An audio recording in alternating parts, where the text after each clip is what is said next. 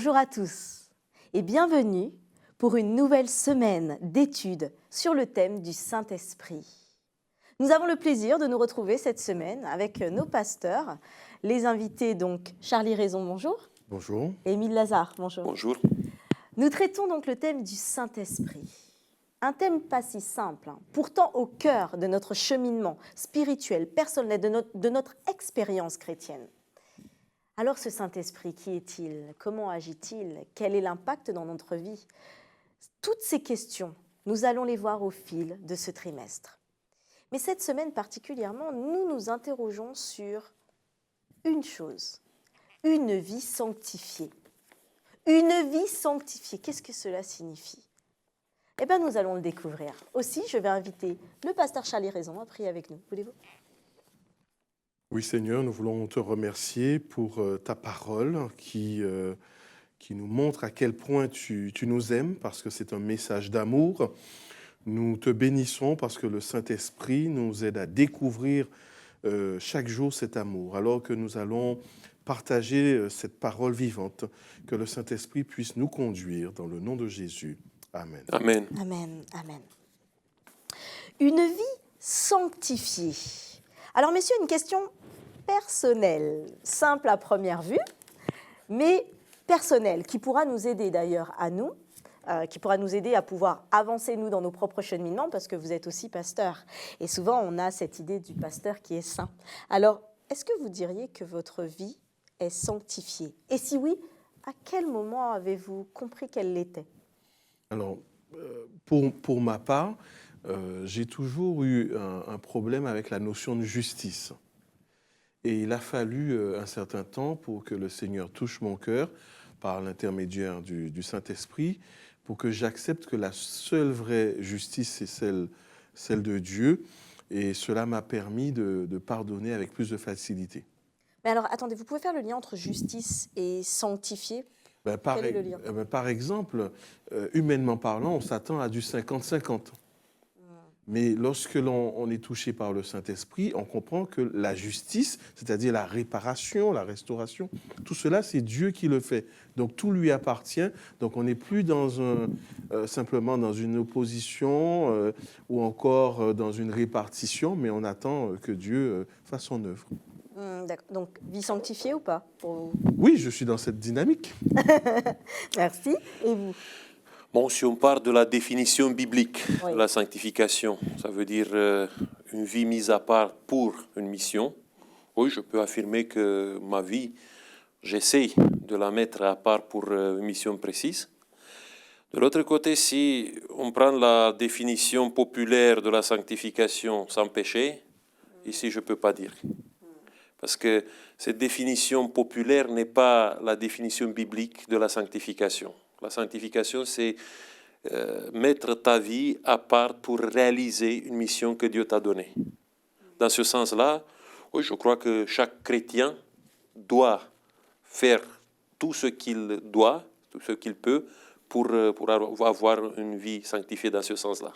Merci pour la transition, parce que nous arrivons donc au passage dans 1 Pierre, donc dans l'épître de Pierre, le chapitre 1er, verset 14, donc 1 Pierre 1, verset 14 à 16. Il est écrit: « Comme des enfants obéissants, ne vous conformez pas aux convoitises que vous aviez autrefois, quand vous étiez dans l'ignorance. Mais puisque celui qui vous a appelé est saint, vous aussi, soyez saints dans toute votre conduite, selon qu'il est écrit, vous serez saints, car je suis saint. Vous serez saints, car je suis saint. Ce texte est très encourageant pour nous, parce qu'on peut comprendre que nous pouvons être saints comme Dieu. Est-ce que c'est vraiment ça que nous comprenons dans ce texte? Je crois qu'il y a quand même une limite entre ce qu'on va définir comme la sainteté de Dieu, qui nous est inaccessible, et en même temps la dimension de la sainteté selon la parole, à savoir, dans certaines traductions, nous retrouvons « Soyez miséricordieux comme votre Père Céleste est miséricordieux. Soyez saints comme il est saint. » Donc, en fonction des versions, les mots sont interchangeables. Alors, c'est vrai que nous avons la représentation soyez saints, c'est-à-dire soyez sans péché. Mais lorsque on nous dit sans péché, certains vont entendre une dynamique et d'autres verront être impeccables. Dieu ne s'attend pas à ce que nous puissions être impeccables, puisque de toute façon, nous avons une nature pécheresse. Oui, c'est vrai. Donc, le fait de cette nature fait qu'on ne peut pas être impeccable. Mais soyez saints ou miséricordieux comme le Père Céleste l'est, c'est-à-dire une dynamique de vie tournée vers Dieu et tournée vers l'autre. C'est ce que Jésus va dire. Toute la loi et les prophètes se résument en deux choses, aimer Dieu et aimer son prochain. Normalement, la sainteté de Dieu, c'est quoi en fait? C'est la perfection de sa bonté et c'est l'affranchissement du mal. C'est ça la sainteté de Dieu. Dans ce sens-là, il faut se battre, il faut se laisser conduire par Dieu pour être comme ça. Parce que la perfection de l'amour, ce n'est pas une question c'est pas une chose que Dieu ne nous a pas donnée. C'est quelque chose que Dieu exige et il veut que nous sommes saints dans ce sens-là, de la perfection dans la bonté. Oui, c'est vrai que, comme vous le mentionnez, en fait, nous avons beau avoir une nature pécheresse, ça ne veut pas dire que nous justifions le fait de rester dans notre péché. Par contre, nous recherchons plus, nous recherchons ces critères, ou en tout cas cet exemple que Dieu nous donne, à vouloir, comme vous le disiez, en fait, éloigner de nous le péché, éloigner de nous tout ce qui nous pousse à faire des péchés. Parce qu'il faut comprendre une chose. Parfois, le contexte de vie où nous sommes, l'expérience de vie que nous avons, nous ne connaissons pas, nous n'avons pas toutes les connaissances nécessaires pour dire, voilà, à ce moment-là, je peux dire que je suis sans péché. Parce qu'il y a des zones d'ombre dans ma vie que je ne les comprends pas. Mais ce que Dieu attend de moi, c'est que chaque fois quand une zone d'ombre sort comme ça, en lumière, et que Dieu me dit, voilà, il faut changer ici. Il faut que tu t'éloignes de cette zone-là. Il faut que je l'écoute et je le suis. Tant que je suis dans cette dynamique de suivre Dieu, pas à pas, peu à peu, pendant qu'il m'illumine, pendant qu'il me donne, m'éclaire dans ma vie, me donne la possibilité de voir vers où je dois aller, moi, quand je suis dans cette dynamique, c'est une dynamique de la sanctification. Alors en même temps, c'est très encourageant puisque Dieu nous le dit en fait. À partir du moment où il le dit, nous savons que c'est possible. Soyez saints car je suis saint. Donc vous pouvez continuer à persévérer dans cette voie pour éloigner de vous le péché. Mais ça semble quand même, comme vous l'avez dit, notre nature est pécheresse aussi. Et nous allons au-devant de vains efforts. C'est-à-dire que pourquoi devrions-nous rechercher autant cette sainteté, sachant qu'il y a beaucoup de gens autour de nous qui vivent sans rechercher ça et vivent très bien aussi. Oui, mais c'est une question de motivation. Pourquoi Dieu souhaite et nous appelle à cette sainteté ou cette sanctification? C'est aussi une mise à part, c'est-à-dire c'est le fait d'aimer et de pratiquer ce qui est bien, ce qui n'est pas le fait normal de notre nature. Nous avons une nature qui est plutôt égocentrique, tournée vers nous-mêmes. Et là, la sanctification, c'est être tourné vers Dieu, c'est-à-dire ce que Dieu met dans notre cœur, les motivations voulues par Dieu, pour être décentré de soi. Donc, quelque part, plus je vais faire des efforts pour ne pas faire ce qui est mal, ça peut sembler être positif. Mais si on se disait, voilà, je vais quand même pratiquer ce qui est bien, et en pratiquant ce qui est bien, je me rends compte que je m'éloigne de ce qui est mal. Là, c'est porteur, là, c'est motivant, et on n'est plus simplement sur un regard légaliste de la sainteté, puisque la sainteté, pour la sainteté, ça sert à quoi? Ça sert à rien. Si Dieu nous demande d'être différents, ce n'est pas juste pour respecter une loi. Ça va beaucoup plus qu'une loi. D'ailleurs, Jésus disait, il faut que votre justice, sous-entendu, on peut même paraphraser, que votre sainteté dépasse celle de pharisiens. D'une certaine manière, qui a un état d'esprit tourné vers Dieu et tourné vers le prochain.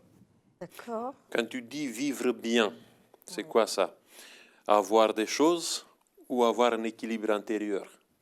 Parce que je crois que Dieu veut que vivre bien pour nous, c'est de nous équilibrer de l'intérieur, d'avoir en nous-mêmes le sentiment que nous sommes sur un bon chemin, que nous avons une vision de vie, qu'il y a vers nous, que nous avons un projet de vie qui dépasse un peu notre existence terrestre que nous avons. C'est ça que Dieu veut de nous. Et Dieu nous sanctifie dans le chemin. Il ne faut pas qu'on cherche une sanctification et après on dit, voilà, je suis maintenant sur le montagne, je suis arrivé au bout et je regarde un peu les autres qui sont en train d'escalader la montagne. Si c'est ça la sanctification, écoutez, à ce moment-là, on est de Lucifer, on n'est pas... Un croyant, c'est toujours quelqu'un qui dépend de Dieu, c'est toujours qui est en chemin, c'est toujours qui écoute la voix de Dieu, il se laisse mener, conduit vers le but par Dieu. Alors justement, par rapport à cette dimension, parfois, nous réduisons cette sanctification à un régime sanitaire, à un style vestimentaire, au fait de ne pas fréquenter certains lieux, à observer un certain nombre de règles. Et parfois, cet appel à la sanctification, c'est simplement faire preuve de miséricorde. Donc ça servirait à quoi d'arriver à mettre en place dans notre vie toutes ces restrictions si le cœur qui est la compassion, l'amour, la rencontre avec Dieu, cette communion, nous le perdons de vue. Justement, il y avait une question qui me venait là, c'est qu'est-ce que nous apporte en fait une vie sanctifiée ? Parce que vous le disiez, hein, par rapport à vivre bien, la définition de vivre bien, elle est très divergente, elle est très subjective. Mais que nous apporte par exemple, si on se réfère à Jean 17, la prière sacerdotale, Jésus va dire « Je me sanctifie moi-même pour eux. Je me mets à part pour eux. » Donc, la sanctification de Jésus, dans ce contexte-là, c'est une vie de service. Normalement, ce que Dieu veut de nous, il faut ressembler à Dieu dans l'amour que Dieu a. C'est ça la définition du caractère de Dieu. L'expression du caractère de Dieu, c'est la loi. Et la loi, dans son essence, c'est quoi? C'est l'amour. Oui. Donc, Dieu veut que par ce processus de changement perpétuel que nous devons faire dans notre vie, il faut que l'amour soit mis en évidence de plus en plus. Ça ne sert à rien si je fais beaucoup de choses, si j'ai beaucoup d'exigences dans ma vie, si j'ai une discipline de vie extraordinaire, si toutes ces disciplines mettent en évidence plus l'amour que Dieu a mis en moi. Si l'amour est détruit par ma discipline de vie, et ce qui sort, c'est mes performances individuelles dans certaines choses que le régime alimentaire et les autres. Je montre aux autres que je suis saint parce que j'ai acquis ça. Ce n'est pas la sanctification, ça c'est Daesh. Regardez un peu qu'est-ce qui se passe dans l'extrémisme du monde du califat islamique. C'est la même chose. Tu as des gens qui ont réussi d'avoir une discipline de vie extraordinaire, mais qui tuent les autres. Oui. Tu es arrivé où? Tu es arrivé à la perversion absolue. Oui, la dimension d'amour dans cette vie sanctifiée est quand même centrale. Alors, nous le rappelons, l'étude de ce trimestre et donc de cette semaine aussi est liée au Saint-Esprit.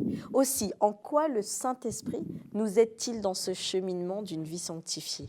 Quel est son rôle là? Par exemple, dans Philippiens chapitre 2, il est question au verset 5 d'avoir les dispositions qui étaient en Jésus. C'est-à-dire que le cœur soit préparé pour aimer, pour servir. Le Saint-Esprit prépare notre cœur à cela. Dans certaines situations, le cœur naturel pourrait manquer de miséricorde. Ben, si on est capable de miséricorde, de compassion à ce moment-là, c'est bien parce que le Saint-Esprit est sur nous. Sinon, on ne pourrait pas le vivre. Dans certaines situations, on pourrait être révolté, mais c'est parce que le Saint-Esprit agit qu'on est capable de voir un peu comme Jésus, c'est-à-dire l'homme regarde ce qui frappe les yeux, mais Dieu il voit le cœur finalement. Tout à fait. Il y a un texte, Romains chapitre 8, verset 5, qui dit comme ça, « Ceux en effet qui vivent selon la chair s'affectionnent aux choses de la chair, tandis que ceux qui vivent selon l'esprit s'affectionnent aux choses de l'esprit. » Une vie sanctifiée présume des principes de vie différents de ceux que nous avons naturellement en nous. Et le Saint-Esprit, c'est la personne qui nous donne l'amour pour ces principes de vie nouvelles. Parce que si nous voulons, par nous-mêmes, à nous-mêmes, d'aller vers une vie sanctifiée, sans le Saint-Esprit, qu'est-ce qu'on va faire? On va suivre une discipline, mais notre affection ne sera pas là, dans la vie nouvelle. notre affection sera toujours liée à la vie d'avant.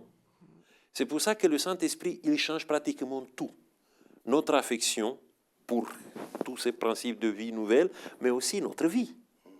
Parce que si nous n'avons pas une affectivité totalement changée, on ne peut pas avoir une vie changée. Tout à fait. Tout à fait. Alors justement, et dans ce même optique de ce rôle du Saint-Esprit qui agit pour nous aider dans cette vie sanctifiée, est-ce que vous avez un exemple concret, un témoignage que vous pourriez partager avec nos internautes pour qui leur apporte en fait un élément ou leur montre voilà, une expérience que vous avez vécue? Alors, c'est une expérience toute simple. J'arrive dans un parking, j'ai pris soin de mettre mon clignotant et quelqu'un d'autre me prend la place. Naturellement...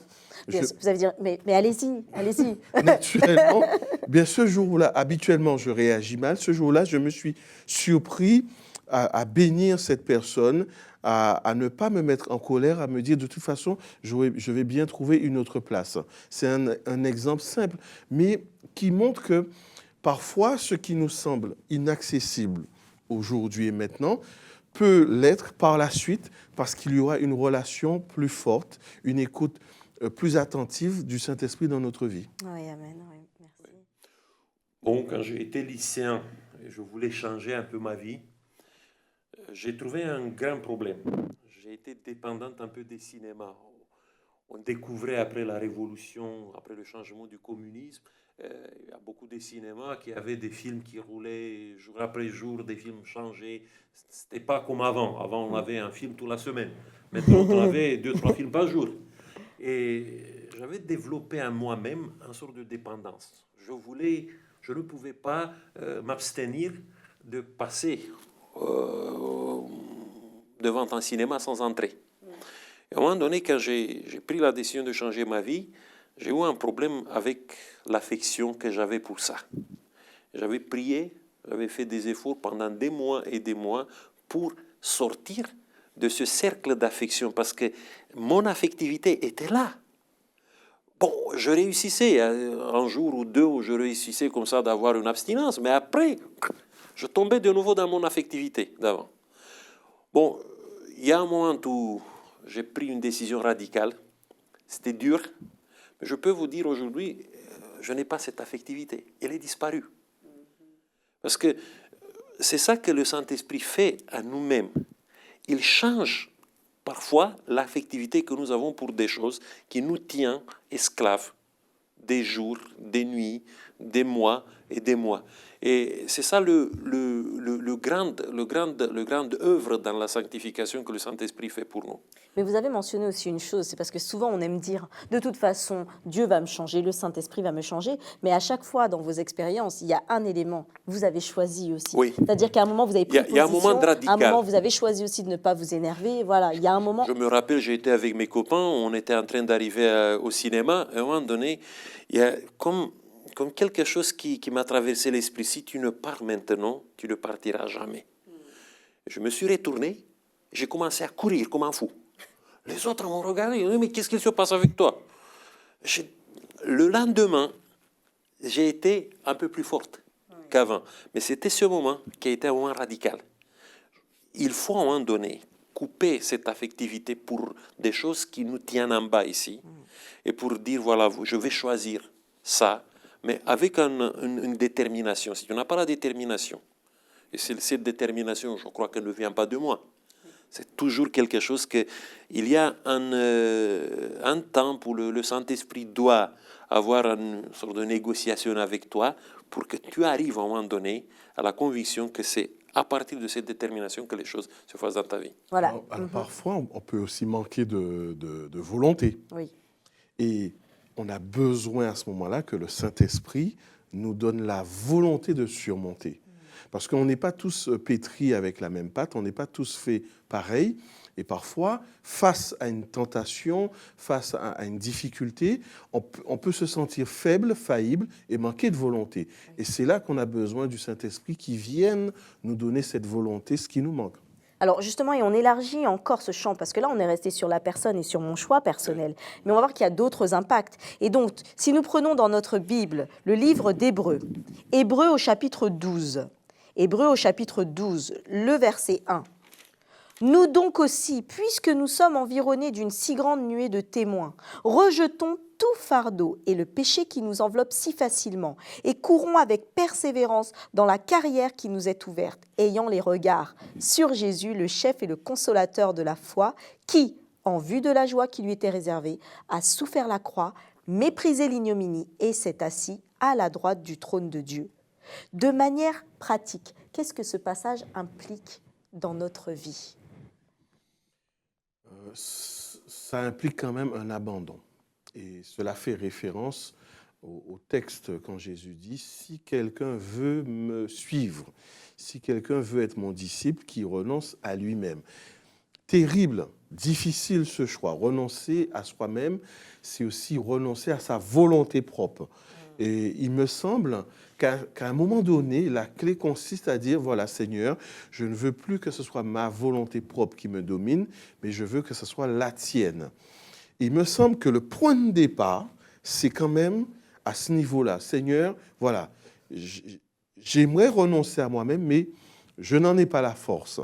Et c'est là que le Saint-Esprit intervient pour nous faire comprendre qu'on peut être attaché à Jésus et Jésus va nous permettre de nous détourner de nous-mêmes petit à petit. Bon, ce texte nous parle un peu nous montre pourquoi nous faisons tous ces renoncements. Il faut avoir un but, il faut avoir une finalité. Et ce texte nous dit que la finalité, c'est Jésus. Dans notre changement de vie, c'est plus facile de changer, c'est plus facile de trouver une autre vie si tu vois la finalité.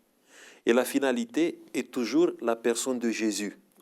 Et c'est ça que le Saint-Esprit fait. Parce que quand Jésus disait qu'il va envoyer un autre consolateur, il viendra pour faire quoi? Pour nous rappeler, pour nous conduire vers Jésus. Et si on veut avoir une vie sanctifiée, une vie changée, une vie où le péché n'aura pas le pouvoir sur nous, il faut se focaliser sur la finalité de notre vie. Et c'est toujours cette finalité, c'est Jésus. Si nous ne voyons pas cette finalité, ça sera difficile à changer. Il y a des gens qui ne voient pas ça. Ils changent parce qu'il y a l'entourage qui le demande ça, il y a l'Église qui le demande ça, il y a peut-être la respectabilité qui le demande ça, il y a peut-être d'autres, je ne sais pas, des raisons qui tiennent à ce qui se passe dans leur milieu pour changer. Parfois, ça donne bonne conscience aussi. Oui, il y a la culture chrétienne où tu vis, il y a les amis que tu as, et tu dois changer parce que tu dois maintenir ce type de vie. Oui. Mais tu ne changes pas, en vérité. Le vrai changement, c'est quand tu regardes vers la finalité. C'est que les comportements changent, mais le cœur n'est pas transformé. Voilà, exactement. Parce que tant que ton affectivité ne bascule pas du côté du spirituel, tu n'as pas changé. Alors, et justement, pour notre dernière question, alors nous le redisons et nous continuons à le dire, c'est bien d'étudier, mais nous devons mettre en pratique, parce que cela doit opérer des transformations dans notre vie. Aussi, dans cette perspective d'une vie sanctifiée, que pourriez-vous dire à nos internautes pour les motiver à s'engager dans cette merveilleuse aventure d'une vie sanctifiée? Parce que pour moi, je le vois comme vraiment une merveilleuse aventure et nous voyons les transformations avant et après. Je me dis, Seigneur, merci. Merci pour ce Saint-Esprit qui nous parle chaque jour. Alors, qu'est-ce que vous pourriez dire à nos internautes pour les motiver à s'engager dans cette merveilleuse aventure? Et surtout, pas se décourager, parce que certains y étaient, en chemin, ont abandonné. D'autres n'ont pas du tout envie de reprendre. Qu'est-ce que vous pourriez leur dire? Bon, de mon côté, ce que la vie sanctifiée apporte à nos vies personnelles, c'est d'abord d'un équilibre intérieur. Et je crois que personne ne peut pas vivre sans être en paix avec lui-même. Et tant que nous ne découvrons pas ce bonheur d'être en paix avec toi-même, tu ne peux pas avancer. Après, si tu trouves le chemin pour être en paix avec toi-même, que le Saint-Esprit te donne, tu vas trouver aussi une autre perspective de la vie, une finalité, une vie meilleure des projets de vie que tu n'as jamais pensé avant. Mais il faut commencer avec ça. Il faut commencer avec cette silence que le Saint-Esprit te fait dans ton cœur, fait dans ta vie, et qu'il te donne une conscience qui est tranquille et qui peut te donner la possibilité de reconstruire, de reprendre de zéro ta vie. Parce que la plupart des gens tirent après eux beaucoup de boulets. Et quand tu tires des boulets comme ça, psychologiques, des expériences ratées, je ne sais pas, toutes sortes des perspectives, freins, ce sont des freins oui, aussi. des perspectives que tu as gâchées, toutes ces choses-là, quand tu les tires et que tu n'as pas réussi d'échapper à ça, tu peux pas te construire une vie meilleure. Et le seul qui peut te donner ça, c'est la présence du Saint-Esprit. C'est le Saint-Esprit qui peut faire taire toutes ces choses-là, qui peut faire que tu laisses tout ça derrière toi et que tu peux vraiment vivre en paix. C'est pour ça que j'ai choisi ça. Je persévère dans ça. C'est pour ça que je prêche l'Évangile pour les gens, pour que les gens trouvent aussi ce bonheur. Oui, merci. Pour moi, la parole du Seigneur, c'est quand même une source de vrai changement. Ça va beaucoup plus loin que la religion, qu'une dénomination. C'est vrai qu'on pourrait s'arrêter sur un certain nombre de règles à pratiquer, à vivre, mais c'est beaucoup plus que cela. Le Saint-Esprit crée une forme d'attachement avec le Seigneur.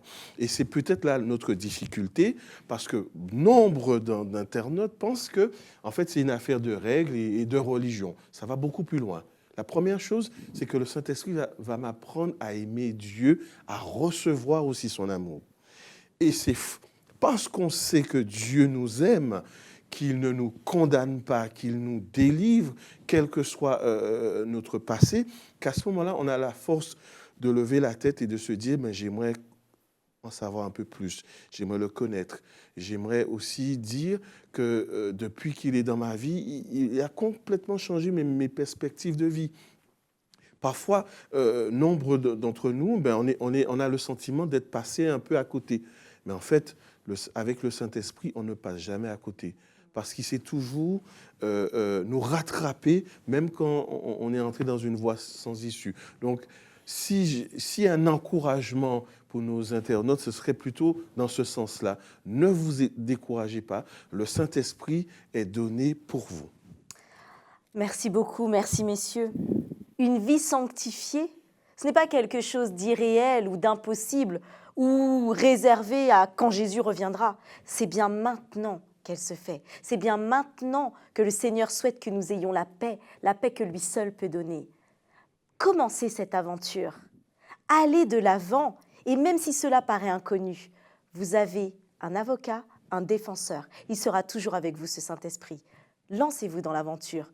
Continuons dans notre aventure, continuons nos études. Bonne semaine à tous.